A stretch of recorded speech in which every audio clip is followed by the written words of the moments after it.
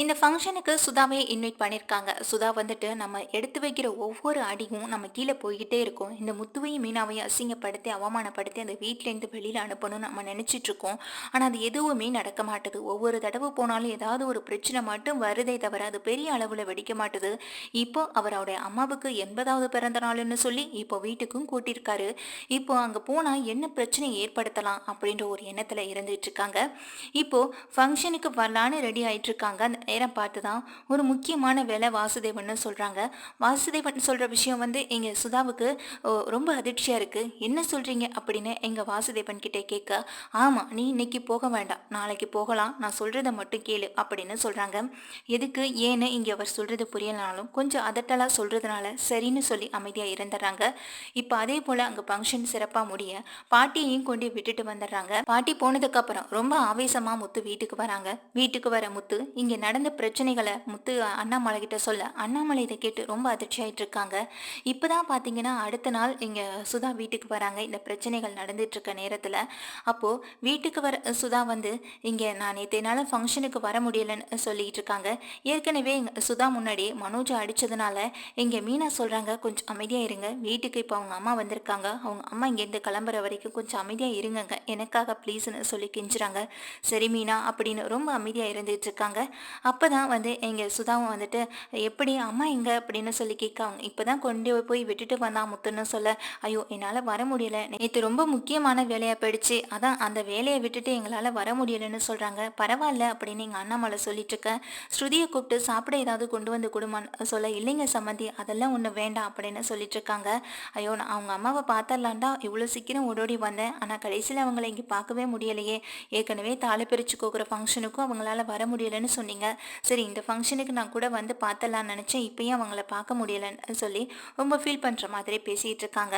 உடனே ஸ்ருதி சொல்கிறாங்க, என்னம்மா என்ன வேலை அப்படின்னு சொல்லி கேட்க, இங்கே உடனே ஸ்ருதியோட அம்மாவும், அது அப்பாவோட ஒரு சின்ன கன்ஸ்ட்ரக்ஷன் கம்பெனி ஒன்று ஆரம்பிக்க போகிறாங்க, இப்போ தானே ரிட்டையர் ஆக போகிறதா அறிவிச்சிருந்தாரு, அதை முடிச்ச கையோட ஒரு கம்பெனி ஆரம்பித்து அதில் வேலை வாய்ப்பு கொடுக்கலான்னு ஒரு ஐடியாவில் இருக்காரு அப்படின்னு சொல்லிட்டு இருக்காங்க.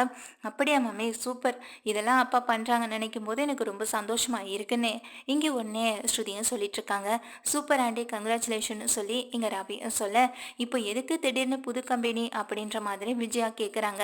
வேற என்ன சம்மந்தி பண்ண சொல்கிறீங்க, வயசாகி ரிட்டையர் ஆனாலும் வீட்டில் அவருக்கு சும்மா இருக்க பிடிக்கல, அதான் ஏதாவது ஒன்று ஆரம்பிக்கணும்னு நினச்சி ஆரம்பிக்கிறாரு அப்படின்ற மாதிரி அண்ணாமலை அவமானப்படுத்துகிற மாதிரி பேசுகிறாங்க. இதை பார்த்த முத்துக்கு கோவம் வந்தாலும் இங்கே உடனே மீனை கையை பிடிச்சி அமர்த்திடுறாங்க. கொஞ்சம் அமைதியாக இருங்கங்க அப்படின்ற மாதிரி சொல்லிடுறாங்க.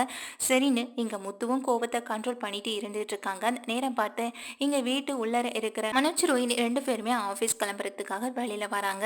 அப்போ இங்கே ஸ்ருதியோட அம்மா வந்திருக்கதை பார்த்துட்டு, வாங்க ஆண்டி நீங்கள் வந்தது தெரியும், நாங்கள் அவசரமாக கிளம்பிட்டு இருக்கோம், அங்கே பிஸ்னஸ் மீட்டிங் இருக்குன்னு மனோஜ் சொல்லிட்டே இருந்தார், அதனால் போக வேண்டியது இருக்குன்னு சொல்ல, அப்படியா எந்த பிஸ்னஸ் மீட்டிங், யார் வராங்க அப்படின்னு சொல்லி கேட்குறாங்க. அது இல்லை பாண்டி, நிறைய கஸ்டமர்ஸ் கூட டீலிங்லாம் போயிட்டுருக்கு, அதை பற்றின மீட்டிங் தான். இப்போ எங்கள் கூட வேலை பார்க்குறாங்கல்ல அந்த ஸ்டாஃபுக்கெல்லாம் சில இன்ஸ்ட்ரக்ஷன் கொடுக்கணும், அதுக்காக தான் சீக்கிரம் கிளம்புறோம் அப்படின்னு சொல்கிறாங்க இங்கே ரோஹிணி. இதை கேட்ட சுதாவும், சரிம்மா கொஞ்சம் நேரம் உட்காந்து இருந்துட்டு போகலாம்ல, இப்போ தானே நான் வந்திருக்கேன்னு சொல்ல, இங்கே உடனே ரோஹிணி மனோஜை பார்க்குறாங்க. என்ன புதுசாக இருக்குது, இவங்க பேசுகிறது வித்தியாசமாக இருக்குன்னு சொல்லி இங்கே வெயிட் பண்ணிக்கிட்டு இருக்காங்க. மனோஜ், அன்னைக்கு நான் ஏசியை திருப்பி கொடுத்துட்டேன்னு என் மேலே உங்களுக்கு எதுவும் கோவம் இல்லைன்னு சொல்லி அந்த ஏசி பற்றின விஷயத்தை பற்றி பேச திரும்ப அண்ணாமலை சொல்கிறாங்க, அது முடிஞ்சு போன பிரச்சனை, அது எதுக்காக அங்கே திரும்ப ஆரம்பிக்கிறீங்கன்னு சொல்லி கேட்குறாங்க அண்ணாமலை. இதை கேட்ட சுதாவும், நான் அதை வேணும்னு சொல்லலை, இல்லை அதுக்கப்புறம் பிஸ்னஸ் நல்லபடியாக தானே போயிட்டுருக்கு, ஒன்றும் பிரச்சனை இல்லையே, அதை பற்றியும் கேட்கணும்ல, ஏன்னா என் கையால் ஆரம்பித்து வச்சதுன்னு 4 பேர் 4 விதமாக என்னை பற்றி எதுவும் தப்பாக பேசிடக்கூடாதுல்ல, ஏன்னா ஏற்கனவே நான் நிறைய இடங்களில் கடையெல்லாம் திறந்து வச்சுருக்கேன், அவர் கூட போகும்போது நான் தான் அதிகமாக கடை ஓப்பனிங்லாம் பண்ணியிருக்கேன், இப்போ அந்த கடையெல்லாம் நல்ல லெவலில் நல்ல ப்ராஃபிட் பார்த்துட்ருக்காங்க, சில பேர் வந்துட்டு இந்த மாதிரியான வாய் வார்த்தைகளை விட்டால் என் மனசு ரொம்ப கஷ்டப்படும், அதுக்காக தான் கேட்குறேன் மனோஜ்னு சொல்ல, இல்லை ஆண்டி அதெல்லாம் ஒன்றும் பிரச்சனை இல்லை, நல்ல மாதிரியாக தான் போயிட்டுருக்குன்னு சொல்கிறாங்க. ஆனால் எங்கள் விஜயாவுக்கு தானே தெரியும் அந்த கடை எப்படி போயிட்டுருக்கு, என்ன மாதிரியான நிலைமையில் இருக்குன்னு விஜயாவுக்கு மட்டும்தான் தெரியும். விஜயா முகத்தில் மட்டும் சந்தோஷமே இல்லை. என்ன சம்மந்தி நீங்கள் மட்டும் சந்தோஷமே இல்லாமல் இருக்கீங்க, நான் வந்தது பிடிக்கலையான்ற மாதிரி இங்கே சுதாவும் கேட்க, நான் ஏன் சம்மந்தி அப்படியெல்லாம் நினைக்க போகிறேன், அதெல்லாம் ஒன்றும் இல்லைன்னு சொல்லி சமாளிக்கிறாங்க. அப்போது சுதா கேட்குறாங்க, ஆமாம் உங்கள் கடையில் கொஞ்ச நாளைக்கு முன்னாடி நிறைய பேர் வந்துட்டு பர்ச்சேஸ் பண்ணிட்டு போனதா நான் கேள்விப்பட்டேனேன்னு சொல்ல, இந்த விஷயம் உங்களுக்கு எப்படி ஆண்டி தெரியும், இங்கே மனோஜ் ஒரே நாளையில் 1 லட்சம் ரூபாய் இப்போ இப்போ லாபம் எடுத்திருக்காரு அப்படின்னு ரோஹிணி ரொம்ப பெருமையோட சொல்கிறாங்க. அதை நீ தாமா சொல்லிட்டு இருக்கணும். 1,00,000 என்ன, அதுக்கு மேலேயும் கூட ப்ராஃபிட் இருக்கலாம் இந்த மாதிரியான ஆட்கள் வந்து வாங்கிட்டு போகும்போதுன்னு சொல்ல. என்ன ஆண்டி சொல்கிறீங்க அப்படின்னு ரோஹிணி கேட்குறாங்க. இங்கே முத்துவுக்கும் மீனாவுக்கும் இவங்க பேசுகிற விதமும் புரியலை, என்ன விஷயத்தை பற்றி பேச வந்திருக்காங்கன்றதும் தெரியலை. ஆனால் இங்கே வந்து ஸ்ருதியும் ரவியும் அமைதியாக நின்றுட்டு இருக்காங்க. அப்போ இங்கே ரோஹிணி கேட்குறாங்க, என்ன ஆண்டி சொல்கிறீங்க, அப்போ மனோஜால முடியாதுன்னு சொல்கிறீங்களான்னு கேட்க, மனோஜால இப்போன்னு இல்லை எப்போதுமே முடியாது. மனோஜை பற்றி நான் கேள்விப்பட்டிருக்கேன், ஆனால் அவர் இப்படிப்பட்ட அடி முட்டாளாக இருப்பாருன்னு இப்போதானே எனக்கே தெளிவாக தெரியுதுன்னு சொல்ல, எங்கே வந்து என்ன பேச்சு பேசிக்கிட்டு இருக்கீங்கன்னா அண்ணாமலை கோவப்பட, சம்மந்தி நான் என்ன பேசினாலும் அதுக்கு பின்னாடி ஒரு பெரிய காரணம் இருக்கும்லன்னு சொல்கிறாங்க. இதை கேட்ட விஜயாவும், அப்போது இவங்களுக்கு ஏதோ விஷயம் தெரிஞ்சிருக்கு போல, அப்போது அந்த விஷயத்தை வச்சு வீட்டில் பிரச்சனை பண்ணணும்னு வந்திருக்காங்களா. முத்து இவங்களை பற்றி சொல்லும்போது கூட நான் புரிஞ்சுக்கல, ஆனால் இன்னைக்கு மனோஜை பற்றி சில விஷயத்த சொல்லி பிரச்சனை ஏற்படுத்தணும்னு நினைக்கிறாங்கன்னா கண்டிப்பாக இவங்களோட எண்ணம் இவர் சொல்கிற மாதிரியும் முத்து சொல்கிற மாதிரியும் கொஞ்சம் மோசமானவங்களா இருப்பாங்களோ அப்படின்னு நினைக்கிறாங்க. இப்போ மனோஜுக்குன்னு ஒரு பிரச்சனை வரும்போது மட்டுமா அதை பற்றி யோசிக்கிறாங்க, ஆனால் முத்து மீனாவுக்குன்னு ஒரு பிரச்சனை வரும்போது அது அவங்க பண்ணுறதான் தப்புன்னு நினச்சிட்டு இருப்பாங்க. இப்போ இங்கே சுதா சொல்கிறாங்க, என்னம்மா ரோஹிணி உனக்கு விஷயம் தெரியுமா இல்லை நீயும் தெரியாத மாதிரி நடிக்கிறியா அப்படின்னு கேட்க, என்ன விஷயம் ஆண்டி நீங்கள் சொல்கிறது எனக்கு எதுவுமே புரியலை அப்படின்னு சொல்லி இங்கே ரோஹிணியும் கேட்குறாங்க. அப்போது அவங்க சொல்ல வேண்டிய வந்த விஷயத்த சொல்லாமல் மனோஜை பற்றி ரொம்ப மட்டமாக பேசுகிறாங்க. மனோஜ் நீ எப்படிம்மா இவன் கூட எல்லாம் வாழ்ந்துட்டு இருக்க, நல்ல வேலை என் பொண்ணு ரவியை காதலிச்சு நல்ல முறையில் கல்யாணம் பண்ணிட்டு இருக்கா. சொல்லப்போனால் மீனா வந்துட்டு இந்த மாதிரியான ஒரு வாழ்க்கையிலேருந்து தப்பிச்சிட்டான்னு தான் சொல்லணும். முத்து ஒரு குடிகாரனாக இருந்தாலும் அவன் கண்டிப்பாக உழைச்சி சம்பாதிச்சு பொண்டாட்டியை நல்லா வச்சு பார்த்துப்பான். ஏன்னா அவன் அப்படிப்பட்டவன் தான். கொஞ்சம் கோபக்காரனாக இருந்தாலும் கொஞ்சம் நல்ல விதமான நடந்துக்கிற ஒரு பிள்ளை தான்னு சொல்லலாம். ஆனால் மனோஜ் அப்படி இல்லையே. மனோஜிட்ட இருக்கிற ஒரு கெட்ட பழக்கமே அவனோட முட்டாள்தனம் மட்டும்தான். முட்டாள்தனத்தால் இன்னும் என்னென்னத்தை இழக்க போகிறானோ தெரியலைன்னு இங்கே சுதா சொல்லி கேள்வி கேட்க, அதை கேட்டுட்டு இருந்த எங்கள் ரோஹிணி, போதும் நிறுத்துங்க ஆண்டி, என் ஹஸ்பண்ட் இப்போ தான் நல்ல நிலைமைக்கு வந்துட்டு இருக்காரு, நாங்கள் கொடுத்த ஏசியை திருப்பி அனுப்பிட்டீங்க பரவாயில்ல, அதனால் நாங்கள் எதுவும் கோவப்பட மாட்டோம். ஆனால் அதுக்காக இப்படி நீங்கள் மனோஜை கிண்டல் பண்ணி பேசுறது, ஏன் முன்னாடி அவரை மட்டம் தட்டி பேசுறது எனக்கு பிடிக்கவே இல்லை ஆண்டி, இதுதான் உங்களுக்கு கடைசியாக இருக்கணும் அப்படின்னு எச்சரிக்கிறாங்க. இங்கே நின்றுட்டு இருக்க விஜயாவும், போதும் எதுக்கு பிரச்சனை பண்ணிட்டுன்னு சொல்ல, அப்போ நினைக்கிற ஸ்ருதி சொல்கிறாங்க, என்ன ரோஹிணி ஏன் முன்னாடியே என் அம்மாவை இப்படி எடுத்தறிஞ்சு பேசுகிறீங்க, அவங்க என்ன பேச வராங்கன்றதை கூட உங்களால் புரிஞ்சுக்க முடியலையா, அப்போது மனோஜ் பண்ணுற தப்பு எதுவுமே எல்லாத்துக்கும் நீங்கள் உடனே இருந்துட்டு இருக்கீங்களான்னு சொல்ல, இதுக்கு முன்னாடி அவர் தப்பு பண்ணியிருந்திருக்கலாம், ஆனால் இப்போ ஒரு பிஸ்னஸை பண்ணி அவர் நல்ல விதமாக அதை கொண்டு போயிட்டு இருக்கும்போது நான் எதுக்கு அவரை தப்பாக நினைக்கணும், நான் எதுக்கு அவர் மேலே கோவப்படணும், நீங்கள் பண்ணுறது தான் எனக்கு வித்தியாசமாகவும் இருக்குது புதுசாகவும் இருக்குது, எதுக்காக இப்படி பண்ணுறீங்கன்னு சொல்லி கேட்குறாங்க. அது மட்டும் இல்லாமல் எங்கள் ஸ்ருதி சொல்கிறாங்க, இங்கே மனோஜ் தான் முட்டாள்னு பார்த்தா நீங்கள் அவரை விட அடி முட்டாளாக இருந்துட்டு இருக்கீங்களே ரோகிணி, என்னைக்கு நீங்கள் அதுலேருந்து வெளியில் வர போறீங்கன்னு தான் எனக்கு தெரியவே இல்லைன்னு சொல்ல, என்னம்மா சொல்கிற, எப்படிம்மா நீ மனோஜை பேசலான்னு இங்கே விஜயா கேட்க, அவள் சொல்கிறது நியாயம் தானே சம்மந்தி, உண்மையை தானே சொல்கிறா அப்படின்னு சொல்லிட்டு இருக்காங்க. என்னடா ரவி உன் பொண்டாட்டியும் மாமியாவும் பேசிகிட்டு இருக்காங்க, நீயும் வாய மூடிட்டு நின்றுட்டு இருக்க அப்படின்னு விஜயா கோவப்பட, நான் என்னம்மா சொல்கிறது, அப்படி நடந்திருக்க விஷயம் அப்படின்னு சொல்கிறாங்க. ஏண்டா முத்து உனக்கு விஷயமே தெரியாதான்னு சொல்லி கேட்க, உனக்கு விஷயம் தெரிஞ்சிருந்தா நீ இவ்வளோ அமைதியாக இருந்திருக்க மாட்டேன்னு சொல்ல, முதல்ல இங்கே என்ன நடக்குதுன்னு சொல்லுங்க, ஆளுக்கு ஒன்று பேசுகிறீங்க, ஆனால் என்ன பேசுகிறீங்க, ஏன் பேசுகிறீங்க, எதுக்கு பேசுகிறீங்கன்றது தான் எனக்கு புரியவே இல்லை, ஏற்கனவே நான் பல குழப்பத்தில் இருந்துகிட்ருக்கேன், என்னோட நகை எப்படி கவரிங்காக மாறினுச்சுன்றதே தெரியலன்னு சொல்ல, அது எனக்கு தெரியும் முத்து அப்படின்னு சொல்கிறாங்க சுதா. இதை கேட்டதுமே ரொம்ப அதிர்ச்சி ஆகுறாங்க இங்கே நிற்கிற மனோஜும் விஜயாவும். இவங்களுக்கு எப்படி தெரியுன்ற மாதிரியான ஒரு போக்கில் தான் பார்த்துட்டு இருக்காங்க. உங்களுக்கு தெரியுமா, எப்படி தெரியும், இந்த வீட்டில் நடக்கிற விஷயத்த உடனே உங்கள் பொண்ணு ஃபோன் பண்ணி உங்கள்கிட்ட சொல்லிட்டாளா அப்படின்னு கேட்க, முத்து தேவையில்லாமல் எதுக்கு என்ன இந்த பிரச்சனையில் இழுக்கிறீங்க, பண்ணுற தப்பெல்லாம் உங்கள் அண்ணன் தான், முதல்ல அவர்கிட்ட கேளுங்க அப்படின்னு சொல்ல, அண்ணனா அப்படின்னு ரொம்ப ஆச்சரியப்பட்டு நின்றுட்டு இருக்காங்க முத்து. ஆமாம் அப்படின்னு சொல்கிறாங்க இங்கே ஸ்ருதியும். என்ன மனோஜ் ரொம்ப அதிர்ச்சியாக இருக்கான்னு சுதா கேட்க, இங்கே அப்படியே வெடவெடுத்து நிற்கிறாங்க. என்ன சொல்கிறீங்க ஆண்டி அப்படின்னு இங்கே ரோஹிணி கேட்க, ஆமாம் ரோஹிணி, வீட்டில் இருக்க நகை கவரிங்காக மாறினுச்சுன்னு எனக்கு எப்படின்னு தெரியும், சொல்லட்டுமா அப்படின்னு சொல்லிட்டு இங்கே வந்து மனோஜ் கொண்டே நகையை வந்து அடகு வைக்கிறதுக்காக போனதும், அதை வந்து அடகு வைக்க முடியாது விற்றா மட்டும்தான் முடியும்னு சொன்னதும், இது எல்லாமே சுதாவுக்கு எப்படி தெரியும்னா, சுதா அதே கடையில் தான் இருந்திருக்காங்க. ஏன்னா அந்த கடைக்கு அவங்க ஜுவல்ஸ் வாங்குறதுக்காக போயிருக்காங்க. ஆனால் அந்த கடையில் இருக்க சுதாவை இங்கே வந்து மனோஜ் பார்க்கல. மனோஜ் வந்துட்டு அதை கொடுத்துட்டு போன கொஞ்ச நேரத்திலேயே அதை வந்து இங்கே என்ன நடந்துச்சு ஏது நடந்துச்சுன்னு தனக்கு தெரிஞ்சவங்கிறதுனால அவங்க கிட்ட கேட்டு தெரிஞ்சிருக்காங்க. நகையை விற்கிற அளவுக்கு இவனுக்கு என்ன பிரச்சனை ஆயிருக்கும்னு நானும் யோசிச்சு விசாரிக்க சொன்னப்போ தான் தெரிஞ்சது, இவன் கடையில் பல லட்சம் மதிப்புள்ள பொருட்கள் எல்லாமே திருட்டு போயிடுச்சு, அது மட்டும் இல்லாமல் கொண்டு வந்த பணத்தையும் திரும்ப வாங்கிட்டு போயிட்டாங்க, இப்படி எல்லா வகையிலையும் நட்டமாக தான் நின்றுட்டு இருக்கான் மனோஜ்ன்ற விஷயமும் எனக்கு தெரியும் சொல்ல. இதை கேட்ட ரோஹிணிக்கு ரொம்ப ஆச்சரியமா இருக்கு. அப்பதான் உங்களுக்கு விஷயமே தெரியுது.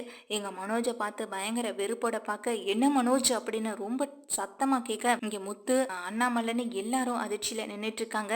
அப்போ வீட்டுல இருக்க நகையை திருடிட்டு போனது நீதான் அப்படித்தானே, சொல்லுடா அப்படின்னு எங்க மனோஜை போட்டு அடி அடின்னு அடிக்க, தான் வந்த விஷயம் நல்லபடியா நிறைவேறிடுச்சுன்னு இங்க ஒரு சந்தோஷத்துல சுதா இருந்துட்டு இருக்காங்க. என்ன சம்மந்தி, என்ன சம்மந்தி இப்படி வளர்த்து வச்சிருக்கீங்க உங்க பிள்ளைய?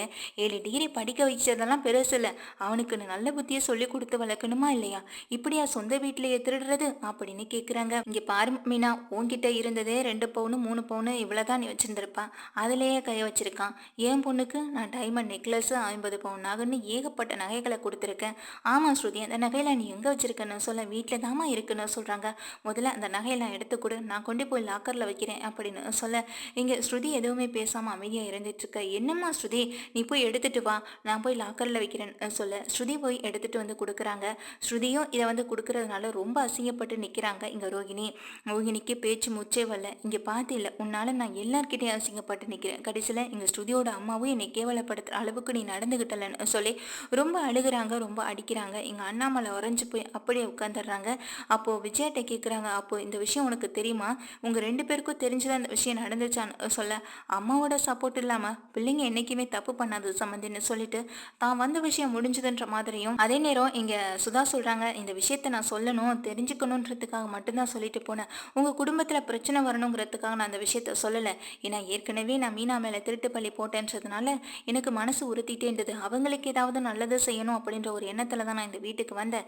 என்னாலையோ இல்லை இந்த விஷயத்தை வச்சும் நீங்கள் அடிச்சுக்க வேண்டாம் அப்படின்னு சொல்லிட்டு இதை வந்து நாசுக்கா சொல்லிட்டு கிளம்புறாங்க இங்கே சுதாவும். சுதா போனதுக்கப்புறம் எங்கள் ஸ்ருதியும் வந்துட்டு, இவ்வளோ ஒரு விஷயம் நடந்திருக்கது, எனக்கு அம்மா ஃபோன் பண்ணி விஷயத்த சொல்லிட்டாங்க, நான் தான் அந்த நகையை கொண்டு வர சொன்னேன், இப்போ அந்த நகை கூட என் கையில தான் இருக்கு அப்படின்னு சொல்றாங்க. நேற்றே எங்க அம்மா கிட்ட இந்த மூலமா விஷயத்த தெரிஞ்சிட்டேன், அம்மா தான் எல்லா விஷயத்தையும் என்கிட்ட சொன்னாங்க, அதுக்காக தான் நான் அவங்கள இன்னைக்கு வர சொன்னேன் அப்படின்னு சொல்றாங்க.